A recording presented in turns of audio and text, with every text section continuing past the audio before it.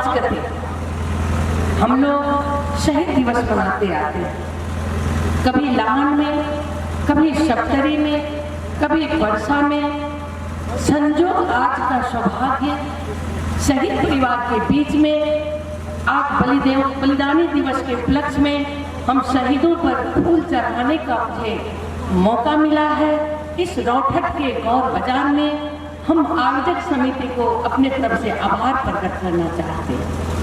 उसी तरह संपूर्ण युवा साथी को हम अपने तरफ से धन्यवाद और बधाई देना चाहते हैं कि आप लोग के इस शीतल समय में, इस जाड़ा में आप लोग ने जो अपने अठोट से इस बलिदानी दिवस को सफल करने का प्रयास किया है, हम संपूर्ण युवाओं को अपने तरफ से, पार्टी की तरफ से बहुत बहुत धन्यवाद और आप लोगों की उत्तरोत्तर प्रगति हो इसकी शुभकामना भी देना चाहते हैं। हमें बहुत बात नहीं करना, हम आज शहीद के प्रति नमन प्रकट करने आए हैं। विकास की बात नहीं करेंगे। हमें लगता है कि आज बलिदानी दिवस में हम उस दिन को याद करें जहां लाहन में रमेश महतो ने गोली खाकर शहीद अपने आप को शहीद किया। हम इस धरती को नमन करें जहां हमारी शहीदों की माता बहन बैठी। हम हर एक जिला को नमन करें जहां शहीदों के खून से हमारी अधिकार प्राप्ति के लिए हमने लड़ाई को लड़ा। हम उस शहीद के प्रति कभी भी उसके खून का ऋण को नहीं चुका पाएंगे, उन माताओं बहनों का कर्ज तो नहीं चुका पाएंगे, लेकिन इतना जरूर कहेंगे कि हम आप दुनिया में रहे ना रहे, शहीद का नाम हर बच्चा के मुंह पर होगा कि मधेश आंदोलन और मधेश विद्रोह का पहचान और अधिकार दिलाने वाला यही बच्चे लोग थे, उसका नाम अमर रहेगा। वो बलिदान दिवस का असली श्रद्धांजलि होगा। बहुत सारे लोग जब मधेश आंदोलन उठने लगता है तो वो लोग भी घर में सोए हुए उठने लगते हैं। उन्हें लगता है कि मेरा तो कुछ नहीं छूट रहा है और कहते हैं कि क्या दिया मधेश आंदोलन ने। मधेश आंदोलन आप लोगों ने क्या क्या क्या मिला? हम कहते हैं बहुत कुछ नहीं मिला। हम घर घर में रोजगारी नहीं दे पाए। अपनी पार्टी ने एक विचार को दिया था समाज में। वो विचार क्या था कि हम मधेसी जो इस धरती पे रहते हैं वो विभेद में है, हमारे ऊपर विभेद है, हमारी पहचान नहीं है। अधिकार तो बाद में मिलेगा, पहले पहचान मिलना चाहिए। हमारी पहचान नहीं है। उसी तरह पहाड़ के आदिवासी जनजातियों का भी अधिकार और पहचान को हरण किया गया था। हम लोग के पार्टी के श्रद्धेय अध्यक्ष उपेंद्र यादव ने एक विचार को छिड़ा था, एक विचार दिया था कि इस नेपाल के भीतर हम सभी नेपाली हैं, हम भी अधिकार के अधिकारी हैं, हमारी भी एक पहचान है। भले ही मेरा चेहरा काला हो लेकिन हम मधेश के मधेसी समुदाय हैं, हम भी इसी धरती के लोग। यही छिड़ा था ना। क्यों हमें मधेसिया कहा जाता था, क्यों धोती कहा जाता था? ये तो धोती तुम पहनते हैं, हमारे चाचा बाबा तो अभी भी धोती पहनते हैं, लेकिन उस धोती के प्रति घृणा क्यों? हमारी मैथिली हिंदी किसी भाषा पर घृणा क्यों? क्या इसीलिए गणतंत्र लाया गया था देश में? क्या इसी की लड़ाई लड़ी गई थी देश में? किसी भी देश में हमारा देश तो बहुत बड़ा सौभाग्य का देश है कि जहाँ बहुत विभिन्न भाषा, विभिन्न जात, विभिन्न संस्कृति के लोग रहते हैं। ये बहुत देश को ये सौभाग्य प्राप्त नहीं है, लेकिन हमारे देश को ये सौभाग्य प्राप्त है कि कोई मैथिली बोलते हैं, कोई भोजपुरी बोलते हैं, कोई हिंदी बोलते हैं, कोई नेपाली बोलते हैं, कोई नेवाड़ी बोलते हैं। हमें सभी भाषाओं का कदर करना पड़ेगा। हमारी ड्रेस, कोई धोती पहनते हैं, कोई डोरा सलवार पहनते हैं, हम गमछा का पगड़ी पहनते हैं, कोई टोपी पहनते हैं, हम टोपी का भी सम्मान करते हैं। आप हमारे पगड़ी का सम्मान कीजिए। बस इसी की लड़ाई होती है हमारी। हम बहुत चीज कहाँ मान रहे थे? हम मैथिली बोलेंगे कह रहे थे, कोई भोजपुरी बोलेंगे कह रहे थे। हमने तो बहुत चीज नहीं माना था। हमने क्या कहा कि आप इस देश में कोई विज्ञापन निकालते हैं, पुलिस हो, प्रहरी हो या निजामती हो, कोई भी हो, तो हमारे भी बच्चों का जातीयता समानुपातिक समावेशीकरण हो, उसकी जनसंख्या के आधार पर उसे भी सहभागी कराया जाए, ताकि मधेश का बच्चा भी बंदूक चलाना जानता है, उसके बाजू में भी वही दम है कि बंदूक से आपको चलाना कर सकता है। यही तो मांगते थे, लेकिन उस अधिकार को नहीं देने के कारण ये आंदोलन छिड़ी गई। हम 100 से ऊपर माँ का गोद सुना हो गया, बहनों का सिंदूर बीत गया, लेकिन हम कहेंगे उस माँ बहनों को कि आप बहुत सौभाग्यशाली हैं, आप भी नहीं रहिएगा तो आपका पति का नाम उस सुनहला अक्षर से आने वाला पुस्ता लिखेगा। ये बच्चे शान से कहेंगे कि हमारा बाप शहीद हुआ था, इसीलिए हम अंतर्राष्ट्रीय जगत में, सिर्फ नेपाल में नहीं, आज अंतर्राष्ट्रीय जगत में यदि कोई बजट आती है, कोई बात छिड़ता है, तो वहां प्रश्न किया जाता है कि नेपाल के अंदर मधेसी क्या है, मधेश कौन है। हम लोग कहते हैं मधेश यही काला चेहरा और ये जमीन जो है और ये धोती और गमछा और पगड़ी है, यही मधेश है। ये अंतर्राष्ट्रीय जगत में मधेश विद्रोह से पहचान मिला है। लोग कहते हैं क्या मिला, क्या आपके घर में आपके नाम से पहचान नहीं हो कि फलना यादव, फलना शाह, फलना पंडित नहीं हो, तो आपको क्या कहेगा, कहां से आए हो, कोई नाम नहीं है, आपका घर कहां है, घर का पता नहीं है, तो क्या हम वहां रह पाएंगे। तो सबसे बड़ी सम्मान कहां मिली है हमें, मधेश आंदोलन से हमें पहचान मिला है। अब लोग मरसिया नहीं कहते, दुर्भाग्य है। जिस दिन मरसिया कहते थे, हम लोग कहते थे हम भी नेपाली हैं भाई, तो कहता था नहीं मरसिया हो। जब हम गौरव से कहते हैं, गौरव से कहते हैं हाँ हम मधेसी हैं, तो वो कहता नहीं मधेसी नहीं, तुम लोग भी यही पर हो। ये उल्टा सीधा बात। लेकिन हम नेपाल के अंदर है, नेपाल हमारा देश है, नेपाल के अंदर बहुत लोग प्रीत है, आदिवासी जनजाति पहाड़ में प्रीत है, उसे भी नहीं मिले। लेकिन हमारी आंदोलन, हमारी विद्रोह हर व्यक्ति को, हर समुदाय को अधिकार देने की बात कर रही है। सिर्फ हमें अधिकार नहीं, हम कहते हैं देश के अंदर जितने भी जात जाति है उसे सम्मान, अधिकार और पहचान दो, उसे भी सभी चीज में नौकरी का हिस्सेदार दो। यही तो हम कहते हैं, लेकिन इस चीज का कोई मायने नहीं है। लेकिन आज हमें 2-4 चीज मिला है मधेश आंदोलन से। मधेसी कहने का गौरव, अधिकार के मामला में पूर्ण अधिकार तो हम नहीं ले सके, लेकिन आज समानुपातिक समावेशी की जो बात हो रही है और कोटा सिस्टम की जो बात हो रही है, वो मधेश विद्रोह, मधेश आंदोलन से स्थापित हुआ चीज है, जो कि आज प्रदेश में क्लस्टर बना है।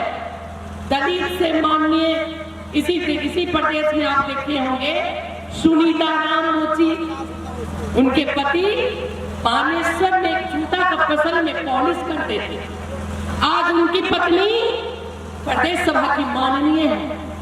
चमेली देवीदास आज माननीय है, करीमा मोइनुल मुस्लिम माननीय है।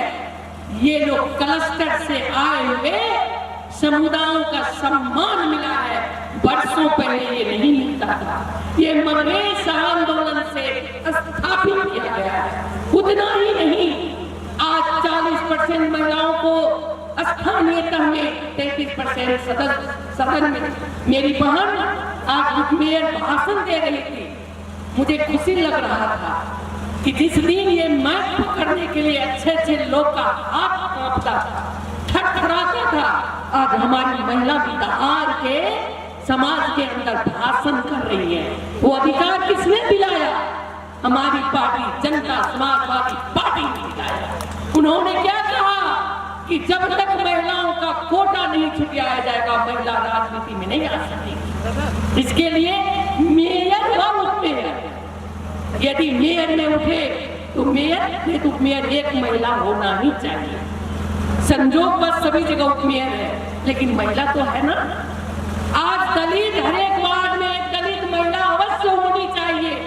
कहीं न कहीं हर एक वार्ड में दलित महिला भी वहां निर्वाचित है, चाहे जिस पार्टी की हो। लेकिन अधिकार सुनिश्चित जनता समाजवादी पार्टी ने करवाया। उतना ही नहीं, कोई भी पार्टी, बड़ी बड़ी पार्टी अपना जितना भी मुखौटा खोले, संघीयता उसके अक्षर में कहीं नहीं थी। उनकी दस्तावेज पढ़िए, आज भी संघीयता विरोधी है, संघीयता उसके कागज पे नहीं है। लेकिन हम लोग का मांग था उस टाइम में, मधेश विद्रोह में हम लोग क्या कहे थे, मधेश प्रदेश स्वायत्त, मधेश एक स्वायत्त प्रदेश हम लोग ने मांग किया था। 22 जिला का मधेश हम लोग ने मांगा था। याद कीजिएगा उस टाइम में हम लोग भाषण किया करते थे। लेकिन साजिश पूर्वक इसे टुकड़ा टुकड़ा टुकड़ा करके प्रदेश नंबर 2 जो कल तक था, परसों तक, आज मधेश प्रदेश के नाम से जाना जाता है, जिसके माननीय मंत्री भी आपके मंच पर बैठे हुए हैं। ये संघीयता पहले किसी भी पार्टी के दस्तावेज में आज नहीं है। ये जनता समाजवादी पार्टी के मधेश विद्रोह का अगवा करने वाले श्रद्धेय उपेंद्र यादव की देन है, उसे हमें नहीं भूलना चाहिए। लोग कहते हैं क्या दिया, संघीयता दिया, पहचान दिया, अधिकार, घर घर में रोजगार नहीं दे पाए, लेकिन कोटा सिस्टम करके जो आगे बढ़ रहा है वो हमारी पार्टी की देन है। मैं विगत की याद करा दूं एक बार, जब मैं शिक्षा मंत्री थी आपके बीच में, आप लोग की कृपा से उस टाइम में शिक्षा विधेयक हमने पास किया था। जो शिक्षा विधेयक पास करने में मुझे 3 महीना लगा था, घेराबंदी हुई थी, वो सूची से हटा दिया गया था नियम विपरीत, लेकिन मैंने उस सूची में रखवा के पास करवाया, जिस कारण से मधेश का बच्चा, चाहे आदिवासी हो, जनजाति हो, महिला हो, मुस्लिम हो, सभी को आरक्षण कोटा, मधेश के कोटा से आज 200 से ज्यादा लोग फ्री मेडिकल पढ़ने गए हैं और हर साल 10 बार जाते हैं। ये उस टाइम की देन है, हमारी पार्टी का देन है, जो कि 50 लाख लगता है मेडिकल पढ़ने में, उस टाइम अभी फ्री लोग जा रहे हैं। बीच में 1-2 वर्ष हटा दिया गया, लेकिन सभी ने विद्रोह किया। इन्होंने रेणु यादव का लागू किया हुआ था, ये विद्रोह होगा, फिर उन्होंने फिर से पढ़ लिख के फिर से आगे बढ़ा दिया।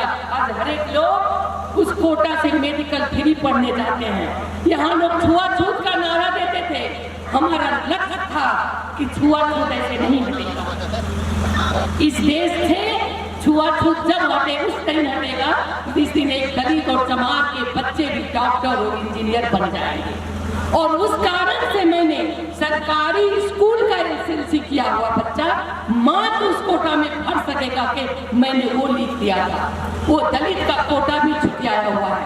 हमने, मेरी सोच थी कि सरकारी स्कूल में गरीब के बच्चे पढ़ते हैं, वो निमुखा के बच्चे पढ़ते हैं, जिसे 10 लाख को क्या, 50 लाख को क्या, 10 लाख भी जोड़ने में समय लगेगा। उसके बच्चे यदि डॉक्टर बन के आएंगे तो हम सभी लोग नब्ज वहीं पकड़ाएंगे, वहां छुआछूत हट जाएगा। मेरी लक्ष्य वो थी और वो करके साबित किया, क्योंकि आज दलित के बच्चे भी मेरे जिला में 5-6 लोग कोटा से फ्री एजुकेशन पढ़ रहे हैं, मंडल लोग पढ़े हैं। ये उस टाइम की देन थी। और जसपा पार्टी के अध्यक्ष जी का, ये सारे लोग, पहाड़ के भी सभी पीड़ित लोग उस क्लस्टर में जात के समानुपातिक समावेशी से उसको आरक्षण मिलना चाहिए। आज भी हमारी मांग है, आज भी हम मांग कर रहे हैं कि अभी हर एक पुलिस प्रहरी और आर्मी में उसका कोटा छुटियाया जाए।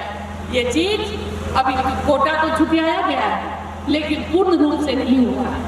हमें तो कभी कभी हंसी भी लगती है कि जब हम लोग आंदोलन करते थे तो और पार्टी पान की दुकान में और नाश्ता की दुकान में हंसा करते थे कि ये लोग आंदोलन कर रहा है, लेकिन उन साथियों को भी हम लोग का फायदा हो गया।